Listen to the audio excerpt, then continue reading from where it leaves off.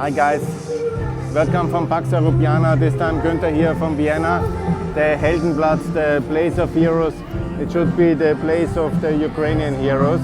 It's a benefit concert for solidarity with Ukraine.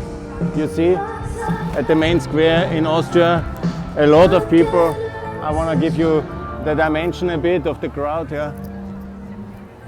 It's a very beautiful day, and all the Austrian top music stars they are playing here today in order to express their solidarity with Ukraine, and that's also necessary. Unfortunately, our government is not showing the solidarity with Ukraine. They send some helmets and some other stuff, and anyhow, I'm very much against this government. I think they have to go now and to resign, because they continue to buy energy from Russia, claiming that this is necessary. But the people of Austria are now, also the whole month already, but in an unprecedented awareness and solidarity with Ukraine to stop the war and to be supportive of Ukraine.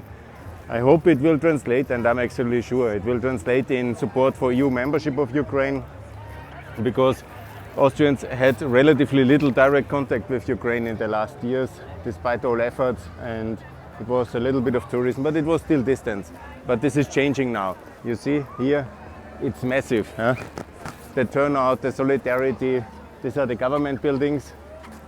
This is this big event where really so many people are here to protest against Putin's war and against this outrageous. You see, it's huge. It's here. Obviously, I understand many of my friends who are fighting now and are under the Putin's bombs. They will think that we in Austria, we are just celebrating in a way.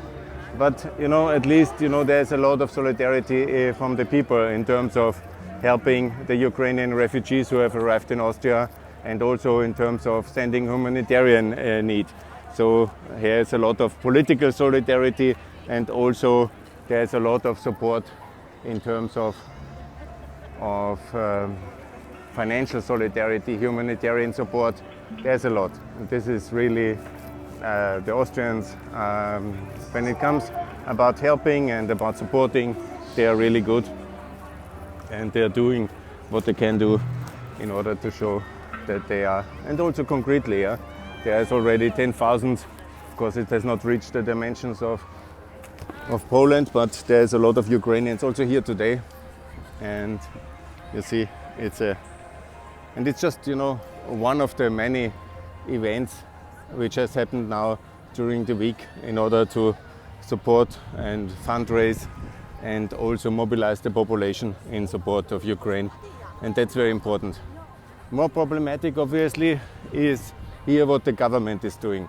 The government is not living up to its responsibilities. We have now, again, the Austrian government has blocked the energy embargo in the shadow of Orban and of Germany, obviously. They wouldn't have dared alone, but Wolfgang Schüssel and his clique are still very powerful here to block the energy embargo, and that's what they are doing basically via the whole team here around Schallenberg in the Foreign Ministry. They are blocking the energy embargo, and it has to come now. And the real step, what we need to do, the promise of EU membership, the energy embargo, and also the massive financial package to support Ukraine has not happened, and Austria has blocked all these things. And this is, of course, what needs to change now in the political answer. That's why I'm also hoping there will be a new government now, a pro-Ukrainian government in Austria, under a different chancellor, and also we need a different president. He was good in fundraising and solidarity, but in all questions which are politically, Austria has failed completely. Failed in the question of energy embargo, failed in the question of EU membership of Ukraine, and failed in the question of a big debt package, which is now also necessary, and to fund the reconstruction of Ukraine, to fund the war effort of Ukraine, fund the arming of Ukraine. And I have already put 10 major items forward, which are really necessary now for the EU to fund together in a 1.5 trillion package. Some of my viewers have already seen what is necessary now. And this also Austria has not really lived up. So neither financially nor in arms, Austria might be a neutral, cannot ship weapons. At least they have not blocked the airspace for the Italians. That was at least something. But Austria has also weapons. We have at least a small arms we send in many countries, also in conflict countries, don't worry. We could easily send our machine guns and our high caliber precision weapons, which we have from Steyr Daimler Buch or from Glock, the pistols, or we could also supply the so-called Steyr Mannlicher AUG. We have this kind of quality of weapons. We have a lot, and we have also other stuff. We have a real working defense sector as well in Austria. It's not that we are completely, we are unarmed, but we at least have a defense industry inherited from the past. So that we all could. And of course, the most important topic is institutional and financially. And institutionally and financially, Austria has a lot of money. We are EU member. We could support and lead the debate about such a debt package, which I think is absolutely necessary. I will now publish, or I have published already, this call for this debt package because Poland and Slovenia and Czech Republic have put a 10-point plan forward. That is very good 10-point plan, no doubt, about opening for Russian opposition, the EU to come here to be safe and to block the harbors of the EU for Russia and to have a trade embargo and to have, there's a lot of points now in the political article which Janša, Morawiecki and Fiala have put forward.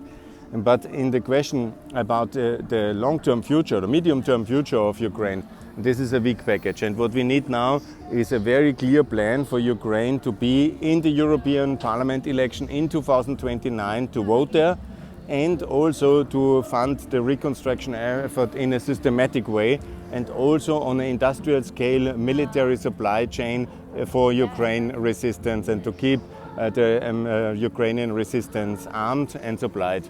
This is very expensive, and for this we need our 1.5 trillion package, and of course including the Balkan integration, and of course in the EU by 2029 in 2 stages.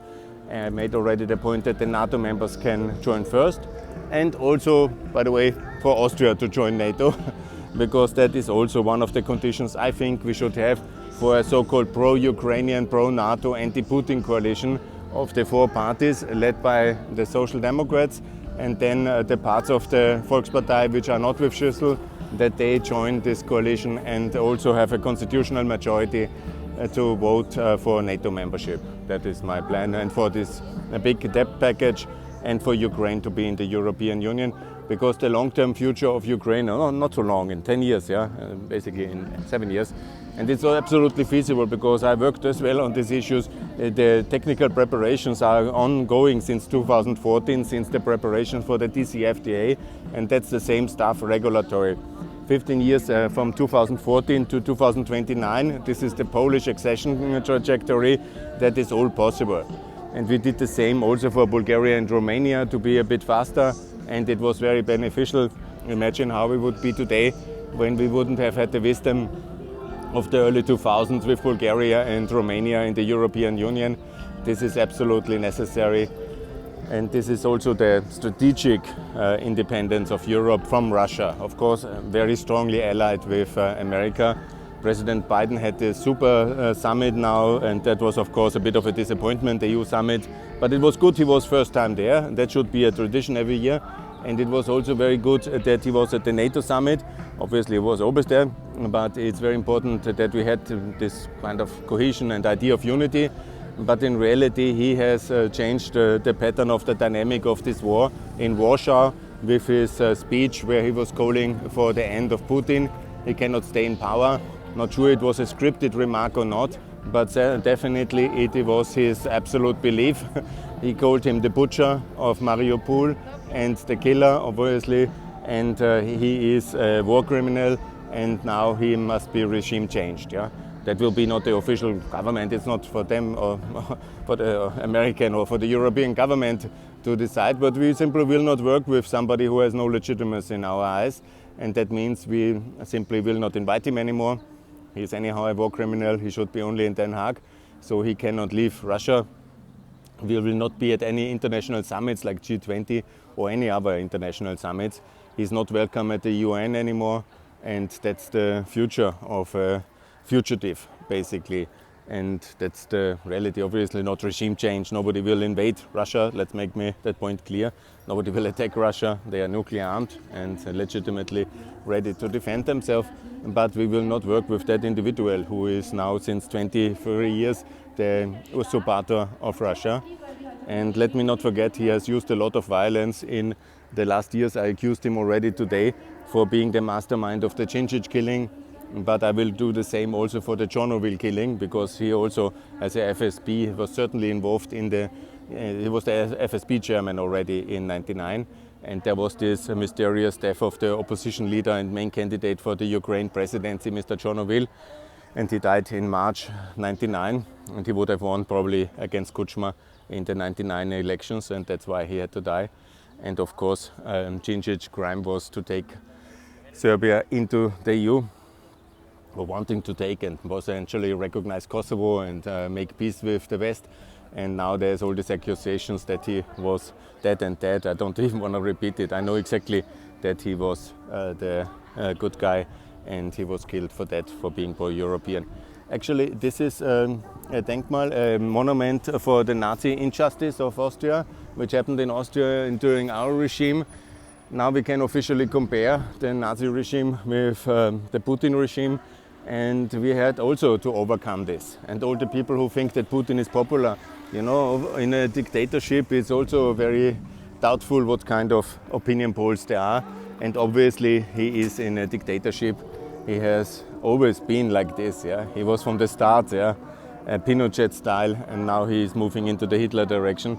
And that's the reality. And he has used political killings all over the place, yeah, from Chernobyl to Politovskaya to the Litvinenko, and to so many journalists in Russia.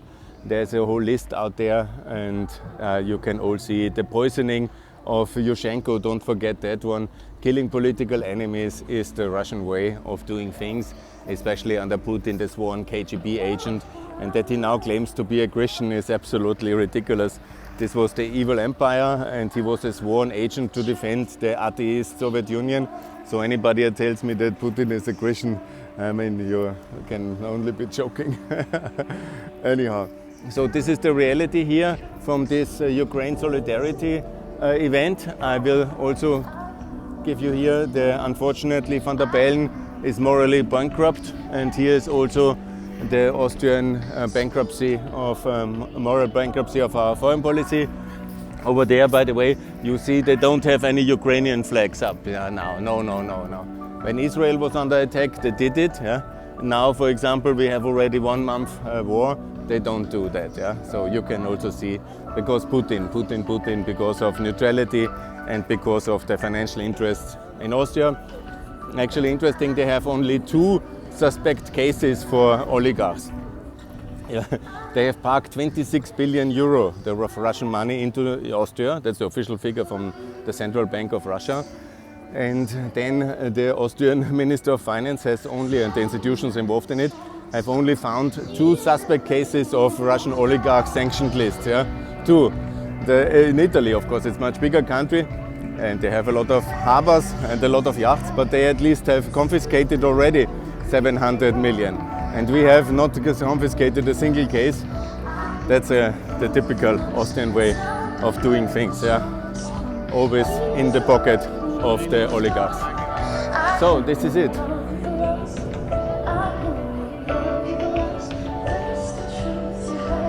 Yeah, it's very good. The Austrians are fully with Ukraine. This is absolutely amazing.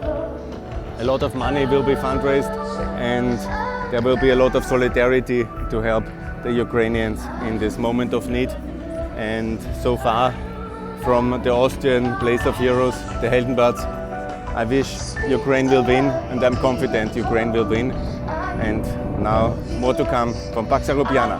Bye for victory.